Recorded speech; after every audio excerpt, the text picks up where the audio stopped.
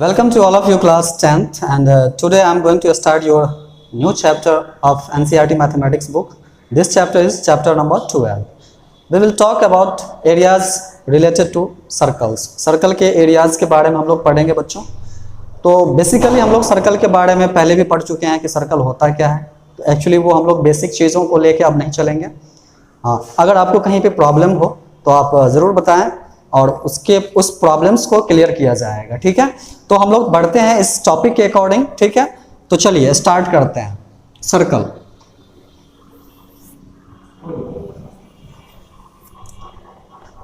This is a circle with centre O. ये इसका क्या हो गया, सेंटर हो गया ओ, बीच का जो पॉइंट होता है. तो इसमें कुछ डायग्राम्स मैं बताऊंगा आपको, जो डायग्राम को आप अच्छे से समझ लीजिएगा केयरफुली. तो आप सर्कल के एक एक पार्ट को आप समझ जाइएगा कि सर्कल में एक्चुअली क्या, कौन सा पार्ट क्या कहलाता है. ये आपको सारे के सारे समझ में आ जाएंगे. ठीक है, तो ये जो मैंने बीच में ओ पॉइंट लिया है, ये क्या कहलाता है, ये सर्कल का सेंटर कहलाता है. ठीक है, इसको हम लोग सेंटर कहते हैं, राइट. और यहाँ पे अगर आप एक सर्कल के सेंटर पे आपसे पूछा जाए कि कितने डिग्रीज का एंगल बनेंगे यहाँ पे, तो यहाँ पे सिंपली 360 डिग्री का एंगल क्रिएट होता है. ठीक है, क्योंकि आपने पढ़ा होगा टाइप्स ऑफ एंगल्स में.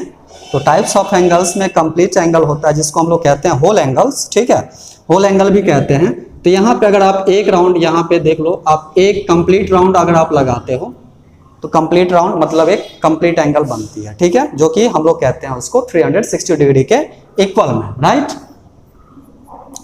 अब देखिए ये जो हमने ये कर्व लिया है, इस कर्व को हम लोग सर्कल में क्या कहते हैं. ठीक है, तो इसको हम लोग कहते हैं सरकमफ्रेंस. ठीक है, सरकमफ्रेंस, सरकमफ्रेंस, राइट. अब इसी में कुछ और बातें करते हैं कि मैंने तो ये दो चीजें आपको बता दिया, एक सेंटर और दूसरा सरकमफ्रेंस.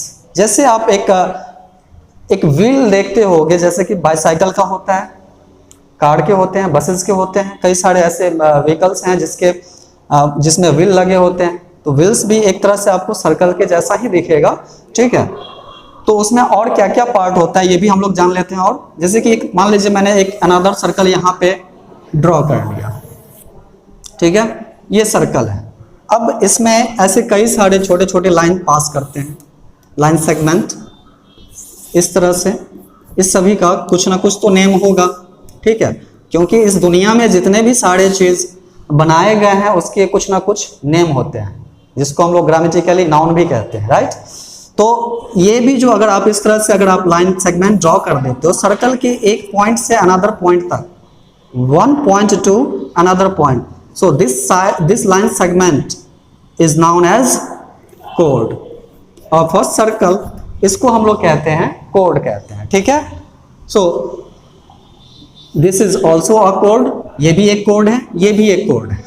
बट ध्यान रहे आपको, जो कोड सर्कल के सेंटर से होके गुजरती है, जो क्रॉस करेगी, वो कोड क्या कहलाएगा, तो डायमीटर कहलाएगा. ठीक है, इसको हम लोग कहते हैं डायमीटर कहते हैं. ठीक है, डायमीटर कहलाएगा, राइट. चलिए थर्ड डायग्राम देखते हैं हम लोग. एक सर्कल और मैंने इस तरह से ड्रॉ कर लिया. ठीक है, this is the centre of this circle. ये सेंटर हो गया. अब इसमें हम लोग बात करेंगे कि मान लीजिए ये तो पूरा हो गया, ये यहाँ से लेके इस पॉइंट से लेकर के, suppose this point is A and this point is B and this point is O. तो A to B this is the diameter, right. But अगर आपसे पूछा जाए कि ओ टू ए ये क्या कहलाएगा, पूरा तो डायमीटर हो गया ए टू बी, तो ये इसका हाफ पार्ट क्या कहलाएगा. तो हाफ पार्ट को हम लोग क्या कहते हैं, रेडियस.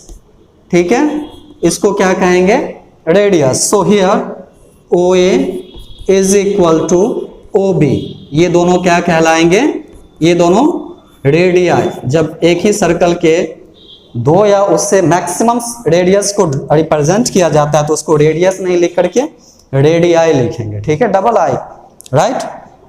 तो इसके बेसिस पे मैं रेडियस के बारे में और भी कुछ आपको बताना चाहूँगा. जैसे कि आप साइकिल यूज करते होंगे, साइकिल का व्हील आपने उसमें देखा होगा, कुछ इस तरह से होते हैं. ठीक है, कुछ इस तरह से होते हैं जिसमें कई सारे स्पोक्स लगे होते हैं, कई सारे स्पोक होते हैं, इसको हम लोग कहते हैं स्पोक, साइकिल के लैंग्वेज में कहते हैं, उसके पार्ट्स का नेम है। अगर मान लीजिए उस साइकिल का स्पोक का जितने भी इसमें स्पोक लगे हुए हैं, ठीक है, अगर उसका लेंथ डिफरेंट हो जाए तो ये साइकिल का व्हील कैसे चलेगा, फिर वो टेढ़ा मेढ़ा चलेगा, ठीक है, कर्व, जो कि आपको गिरने का भी डर रहेगा, ठीक है।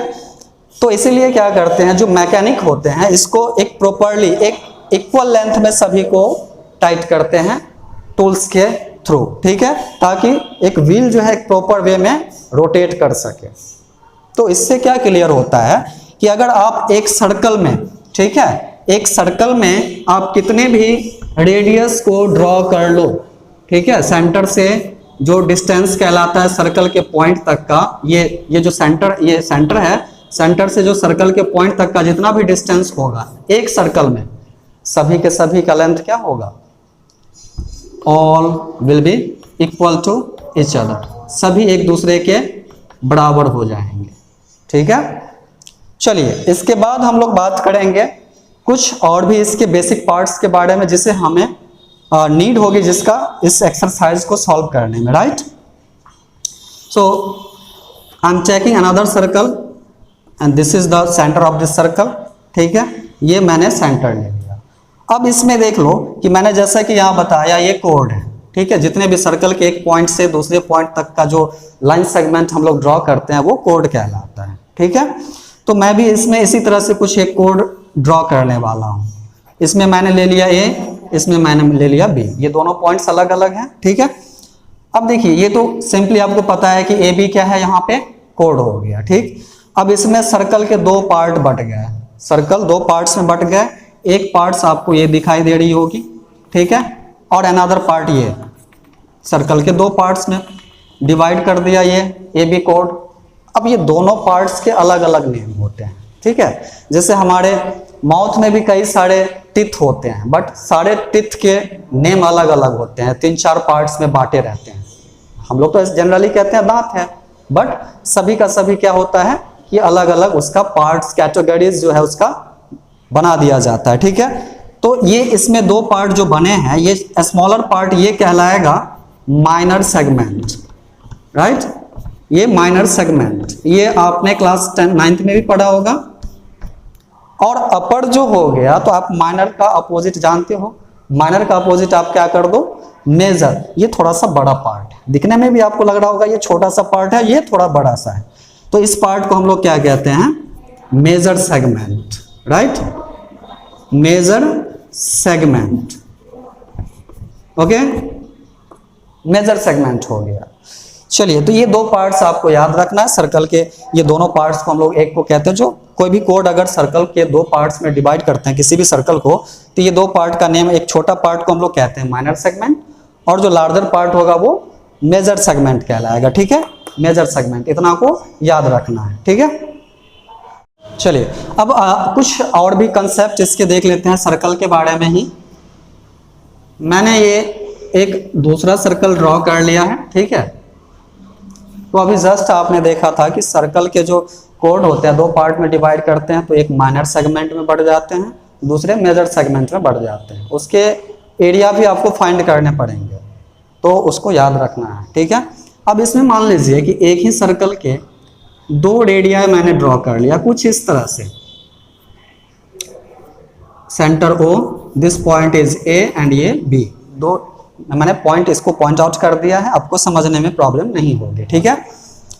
अब देखिए इसमें भी दो पार्ट्स में सर्कल बढ़ गया है, एक तो ये हो गया ये पार्ट, ठीक है, अपर, और एक लोअर पार्ट ये हो गया,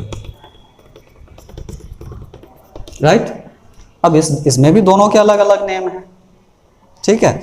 अब इसको हम लोग कैसे आइडेंटिफाई करें, तो ये पार्ट जो है, जो मैंने ये शैडो टाइप किया है, ये शैडो वाला क्या कहलाएगा, ठीक है, मेजर सेक्टर, राइट, ये कहलाएगा मेजर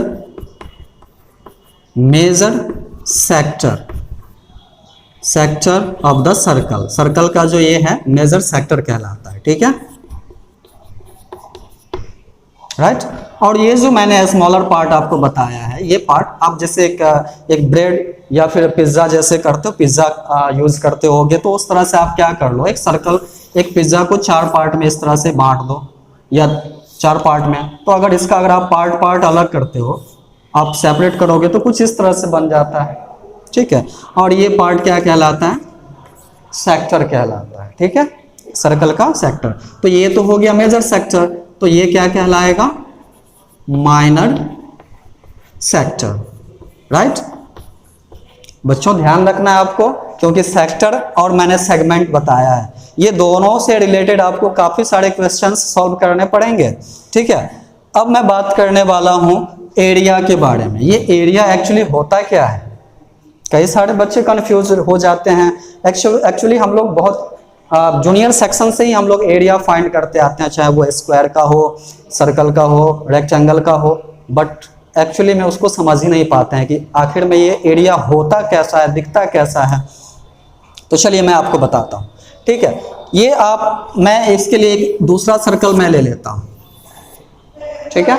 ये कर्व है, ये मैंने सेंटर ले लिया। अब ये देखिए, ये कर्व इस बोर्ड पे जितने एरिया को बाउंड कर रहा है, मतलब घेर रहा है, ये बाउंडेड पार्ट ही इसका एरिया कहलाता है, ठीक है।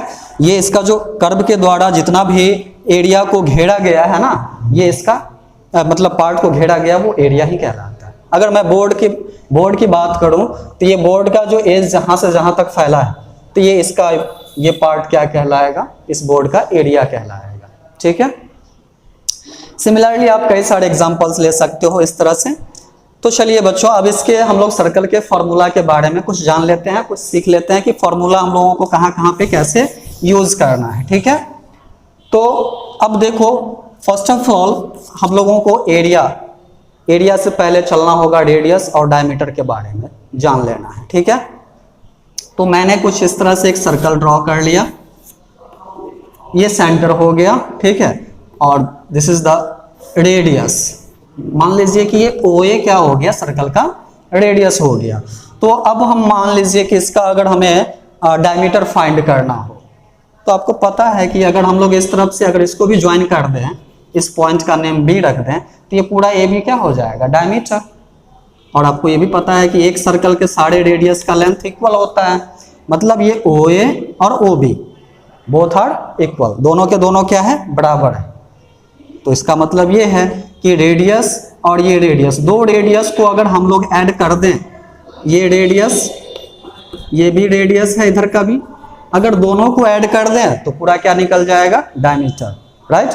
तो डायमीटर का फॉर्मूला क्या हो जाता है इस तरह से, diameter is equal to radius plus radius, it means कि 2 रेडियस।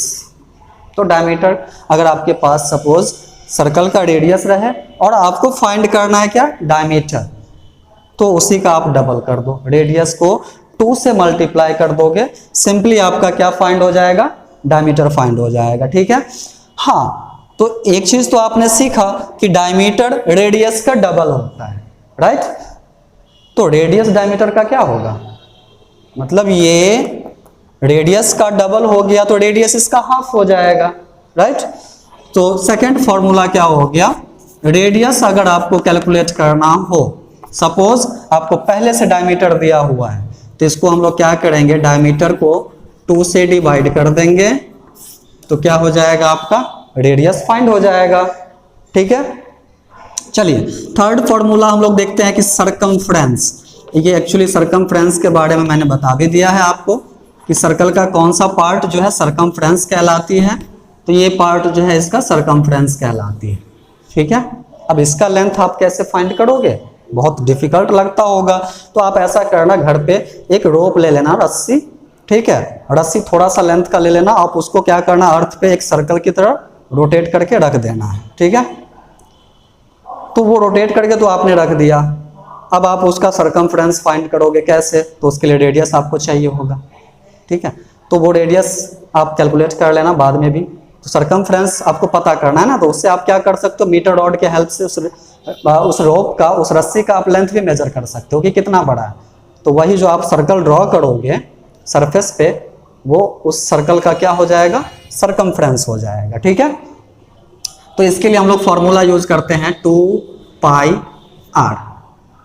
2πr ये यहाँ पे ये पाई एक अलग सा अल्फाबेट आ गया।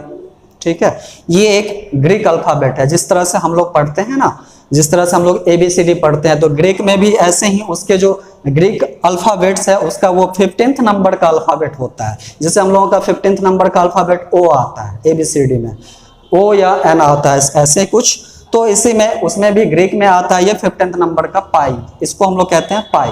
ठीक है, पाई का वैल्यू कैसे आप कैलकुलेट करते हो तो मैं ये भी बता देता हूं। पाई, इसको पढ़ेंगे हम लोग पाई। ठीक है,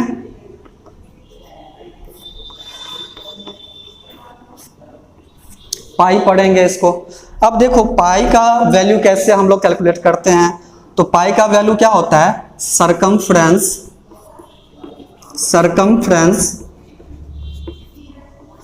बाय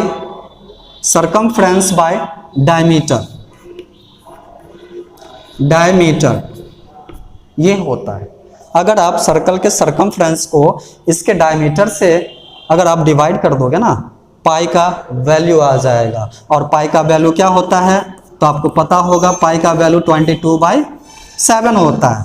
जो ये एक जो साइंटिस्ट हैं, दो साइंटिस्ट है यहाँ पे, अल्बर्ट आइंस्टाइन और स्टीफन हॉकिंग, दोनों के लाइफ से जुड़ी हुई है। ठीक है, दोनों के बर्थ और डेथ के डेट से लगभग इसका वैल्यू मिलता है। जो हम लोग इसका वैल्यू लेते हैं 3.14, तो ये 3 मार्च यानी कि 14 मार्च, अब देखना 14 मार्च, ये इसको महीना के रूप में ले लिया गया, इसको डेट के रूप में ले लिया गया। जब पाई का वैल्यू सुपर कंप्यूटर भी नहीं निकाल पाया तो इसका एक अप्रोक्सीमेट वैल्यू लिया गया, जो कि अल्बर्ट आइंस्टाइन और स्टीफन हॉकिंग के लाइफ से जुड़ी हुई है, उनके डेथ और बर्थ के बेसिस पे है। आप देख सकते हो उन दोनों का है कि 14 मार्च का डेट ऑफ बर्थ और डेथ भी है। ठीक है, एक का जन्म हुआ तो दूसरे का डेथ हुआ था इसी दिन। तो ये नेचर है, नेचर का देन है हम लोगों के लिए। ठीक है बच्चों, अब है कि हम लोग जो मेन पार्ट्स इसके पढ़ने वाले हैं, इसके एरिया का फॉर्मूला। तो एरिया का फॉर्मूला हम लोग क्या यूज करेंगे, सर्कल का ये जो मैंने बताया था कि ये जो इस सरकमफ्रेंस से जो बाउंडेड पार्ट है, इसका एरिया कैसे हम लोग फाइंड करेंगे, तो इसके लिए हम लोग फॉर्मूला यूज करते हैं क्या, तो area is equal to pi R square circle के एरिया का फॉर्मूला होता है, आपको याद कर लेना। ठीक है, 2-3 फॉर्मूला मैं आपको और बताने वाला हूं। देखो यहाँ पे जैसे मैंने दो सेक्टर्स यहाँ पे मैंने क्रिएट किया है, कंस्ट्रक्ट किया है। एक सर्कल में एक माइनर सेक्टर है और एक मेजर सेक्टर है। ठीक है, तो ये जो दोनों रेडियस यहाँ पे सर्कल पे जो दोनों रेडियस मैंने सर्कल में ड्रॉ किया है, तो यहाँ पे सेंटर पे दोनों रेडियस की हेल्प से एक क्या हो रही है, क्रिएट, इसको हम लोग कहते हैं एंगल। ये एंगल क्रिएट हो रही है, इसको बोलते हैं सेंट्रल एंगल।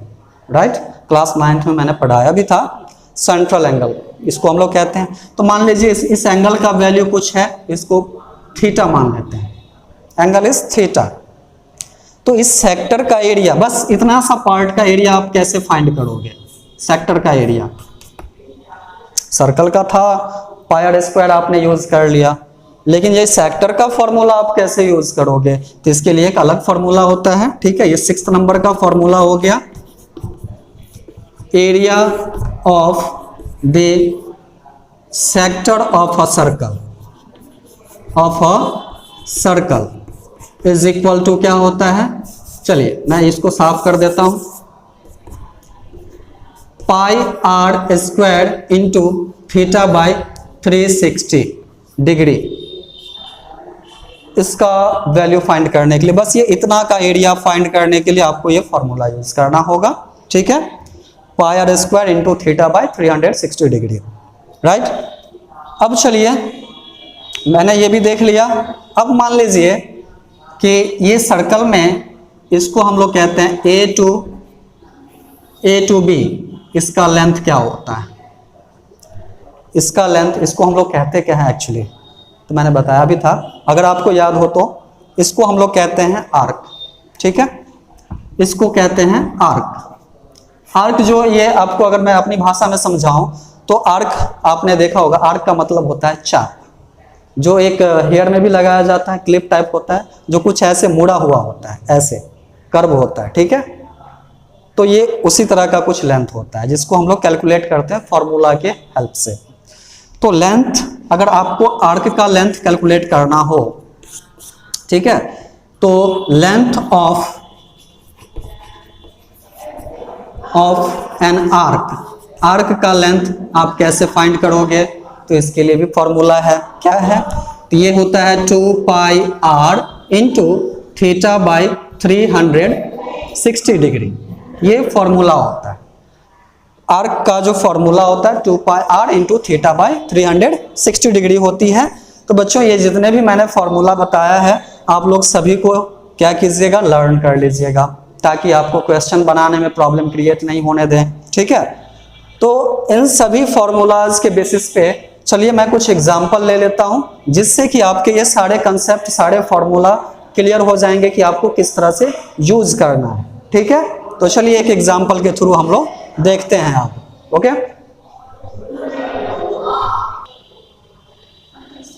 ओके, तो हम लोग चलिए उसी कुछ थ्योरीज पे और कुछ फार्मूला के बेसिस पे कुछ एग्जांपल्स को सॉल्व करेंगे, ताकि आपके कंसेप्ट और भी अच्छे से क्लियर हो जाए, ठीक है बच्चों। तो मैंने एक क्वेश्चन ले लिया है। ये क्वेश्चन क्या कह रहा है, the radii of 2 circles are 19 centimetre and 9 centimetre respectively. 2 circles है, 2 सर्कल्स, एक सर्कल थोड़ा सा लार्जर है, एक थोड़ा स्मॉलर है, दोनों के रेडियाई दिए हुए हैं, ठीक है। एक का है 19 centimetre, suppose this is R1, इसका रेडियस हमने मान लिया R1 और इसका हमने मान लिया R2, ठीक है। 2 रेडियस है, इसका 9 सेंटीमीटर। तो find the radius of the circle which has circumference equal to the sum of the circumferences of the 2 circles. अब कहते हैं, क्वेश्चन ये कह रहा है कि आप उस सर्कल का रेडियस फाइंड कीजिए जो इस दोनों सर्कल के अगर सर्कमफ्रेंस को ऐड कर दें, ठीक है, तो वो उस सर्कल के सर्कमफ्रेंस के इक्वल में हो जाएगा, ठीक है। तो सर्कमफ्रेंस का हमने फॉर्मूला भी बताया है क्या होता है, और चलिए इसमें अप्लाई भी करेंगे, ठीक है। तो मान लेते हैं वी हैव, दिया हुआ है पहले से ही, we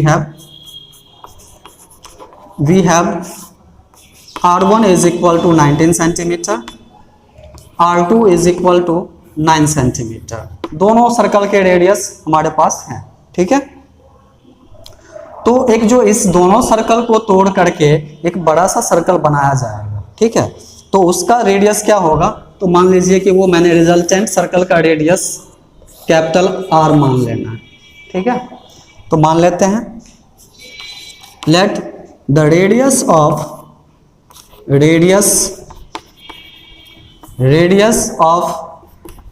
the new circle be R centimetre. मैंने ये मान लिया, एक जो नया सर्कल बनेगा इस दोनों को मिला करके ना, ये उसका रेडियस मैंने मान लिया R सेंटीमीटर है। जैसे एग्जांपल के लिए अब क्या करना कि मिट्टी का 2 गोला बना लेना है, ठीक है, एक छोटा एक बड़ा, और उसको क्या करना फिर बाद में एक दोनों को मिक्स करके एक बड़ा सा गोला बनेगा, ठीक है। तो वैसे ही एक नया जो गोला बनेगा, तो अब उसका वेट, अगर मान लीजिए वेट के बेसिस पे हम लोग चलें, तो छोटा और बड़ा दोनों को जब मिलाएंगे एक बड़ा सा बनेगा ना। तो वैसे ही ये सर्कल दोनों को मिला दिया जाता है, एक बड़ा सा सर्कल बनता है जिसका रेडियस हमें फाइंड करना है। तो अकॉर्डिंग टू द क्वेश्चन क्या कह रहा है, क्वेश्चन कह रहा है कि यदि हम लोग फर्स्ट सर्कल का सर्कमफ्रेंस और सेकंड सर्कल का सर्कमफ्रेंस दोनों को ऐड कर दे, सपोज C1 एंड C2, तो ये न्यू सर्कल का सर्कमफ्रेंस इक्वल हो जाता है।